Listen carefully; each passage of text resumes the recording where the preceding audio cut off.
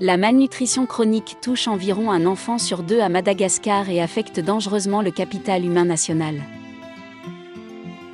Face à ces carences, la spiruline, riche en protéines, en vitamines, en fibres alimentaires, en sels minéraux et en oligo-éléments est une des solutions face à la malnutrition qui touche principalement les enfants en bas âge. En effet, la spiruline relance des fonctionnalités de l'organisme chez l'enfant.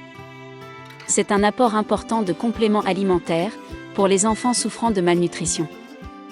Selon les études récentes menées par l'équipe du Dr Jean-Louis Vidalot, pour une population affaiblie, la spiruline permet de renforcer le système immunitaire et anti-inflammatoire de l'organisme.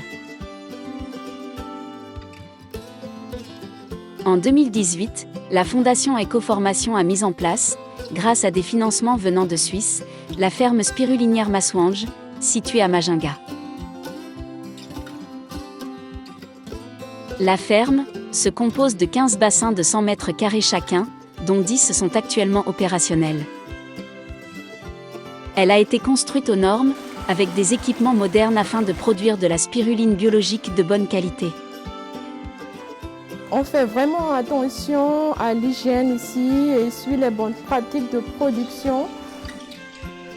Afin de respecter les règles d'hygiène de production agroalimentaire, et pour éviter toute contamination de la spiruline, la ferme emploie un responsable qualité-hygiène. Voici les différentes étapes d'extraction et de production de spiruline. Chaque bassin est filtré tous les jours. L'eau chargée de spiruline est pompée du bassin de culture vers un autre bassin de rétention. L'eau est ensuite filtrée et envoyée vers une table de filtration. Cette étape consiste à extraire la spiruline du milieu de culture.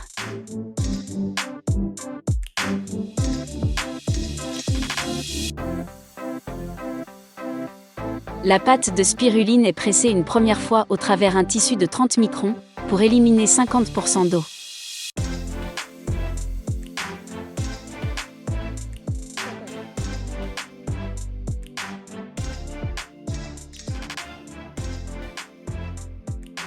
Cette opération a pour but de transformer cette pâte de spiruline en forme de filament, ce qui va ensuite faciliter son séchage.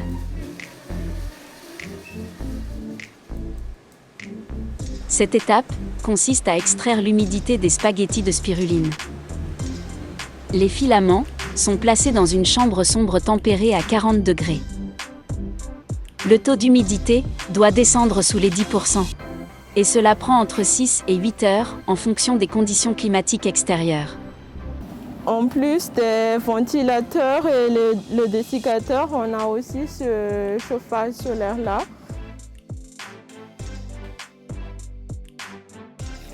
Alors chaque jour, on met donc des intrants, c'est-à-dire des nourritures pour la spiruline.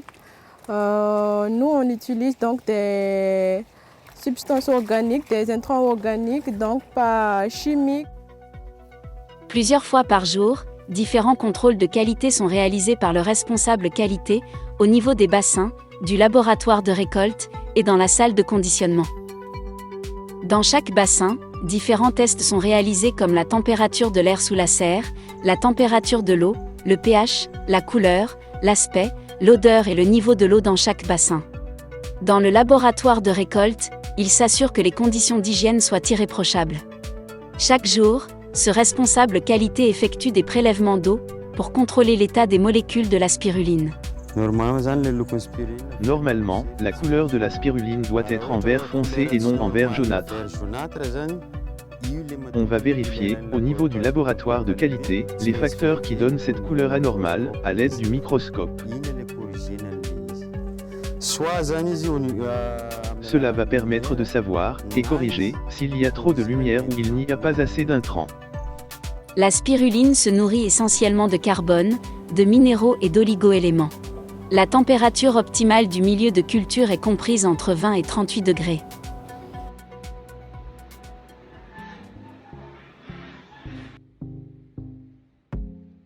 Une spiruline bien séchée et craquante, ne colle pas à son support et se détache seule.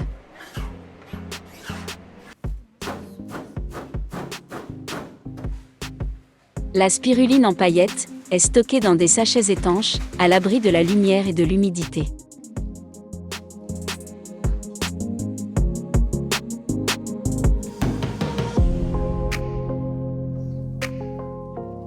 La spiruline peut être conservée pendant plusieurs années en respectant ces conditions.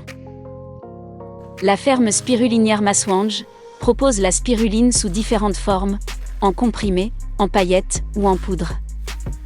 La spiruline est un aliment à haute valeur nutritionnelle pour les personnes âgées, de par sa richesse en bêta-carotène et autres antioxydants. La spiruline est un complément alimentaire idéal pour les femmes enceintes, les seniors et les personnes en convalescence grâce à sa grande intensité nutritionnelle et ses nombreux apports pour faire face aux défis du vieillissement. En effet, la spiruline renforce le système immunitaire et contribue à la vitalité et au tonus au quotidien. Il participe à la bonne santé des yeux ou encore à la santé du système cardiovasculaire, du foie et des reins. La spiruline est devenue très populaire parmi les sportifs d'élite. En effet, elle fournit une énergie propre, qui augmente et prolonge l'endurance. Elle contient également de grandes doses d'antioxydants, de vitamines, de minéraux et d'autres produits naturels, très bénéfiques pour le métabolisme. Il a été démontré que cette algue augmente l'énergie, l'endurance, la vitesse et l'agilité mentale d'un athlète.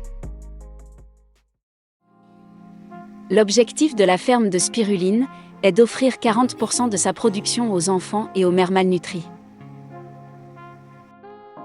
Régulièrement, la ferme donne à l'Office national de nutrition, ou l'ONN, une partie de la production de spiruline, qui est destinée aux mères et aux enfants qui souffrent de malnutrition.